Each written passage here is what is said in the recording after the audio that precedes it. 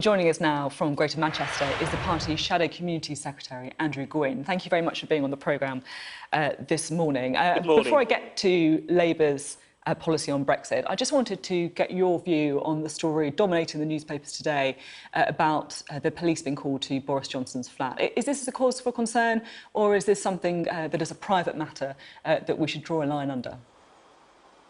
Well, in one sense, of course, it is a private matter, but when you're running for public office, when you are wanting to be the Prime Minister of the United Kingdom, then these matters are in the public interest.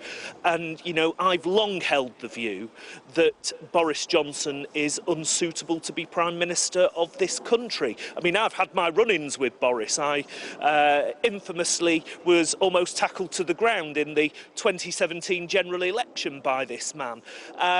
But you know, I just think his record throughout his time, both as Mayor of London, wasting money on the Garden Bridge, wasting money on route master buses, wasting money on water cannon that couldn't be used, through to his disastrous tenure as Foreign Secretary, just renders him completely, I think, unsuitable to be the Prime Minister of our great country.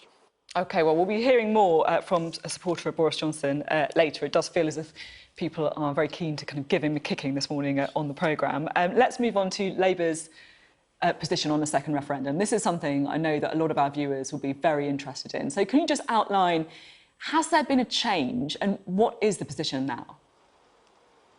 Well, there has been a change in the sense that we recognise coming out of the European elections and into the Tory leadership contest that we are probably facing a hard-right Tory Prime Minister who will want to run down the clock to no deal. And let's be very clear, Sophie, the Labour Party has always said that we are against a no-deal Brexit scenario. OK, I know it's in that. our manifesto from 2017. I've heard that many times. I'm just trying to get to the bottom to whether or not. Deal. I'm just trying to get to the bottom as to whether the Labour Party position has shifted. Is the party now in favour of a second referendum in all circumstances? Well, Jeremy said that, and that is because we face the risk of no deal, so that any Brexit deal that is brought to Parliament, including a no-deal scenario, we will say as the Labour Party that there should be a second referendum on those prospects, because, you know, it's looking increasingly likely that we're heading to no deal. That was not on the ballot paper in 2016. It is a real risk to the NHS. It is a real risk to manufacturing industry. And I represent a constituency in Greater Manchester that is still heavily reliant on manufacturing industry. And it is a huge risk to the security of our country because it tears up all of those security relationships that we have with Europol and Eurojust and the European arrest warrant. And these are things that people who voted to leave did not vote to be made less safe and to have their country plunged off a cliff. When you talk about your own constituency there, which of course voted to leave the EU, I just want to ask you about something that you wrote recently after the local elections. You said in this piece, it's clear from the reaction on the doorstep that the talk about another referendum was a difficult message to explain to many of our traditional voters. Is it a difficult message? And are you concerned that perhaps some of your colleagues representing London seats that voted to remain don't appreciate what a difficult message it is in some parts of the country? It's an incredibly difficult message because, look, at the end of the day, we put a question to the people and we got an answer in 2016.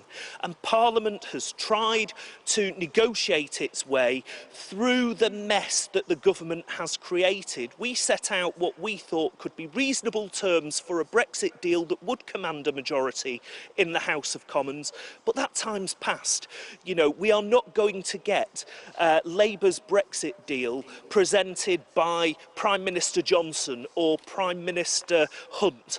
And so the realisation is that whatever they come back to Parliament with between now and October, we have to go back to the people and we have to say, is this really the Brexit that you want?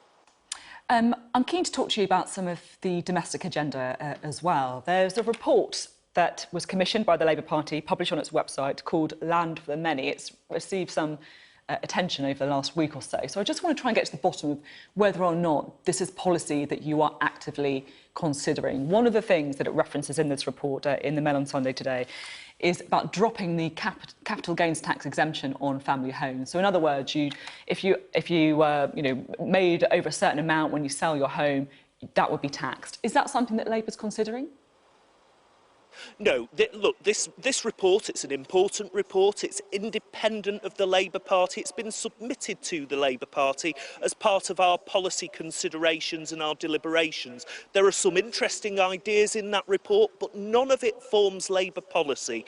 We've got National Policy Forum processes to go through. We've got annual conference to go through. These are the bodies that set policy alongside the Shadow Cabinet, and this report will help inform some of those decisions as we go forward. But absolutely, the ideas in that report are not Labour Party policy.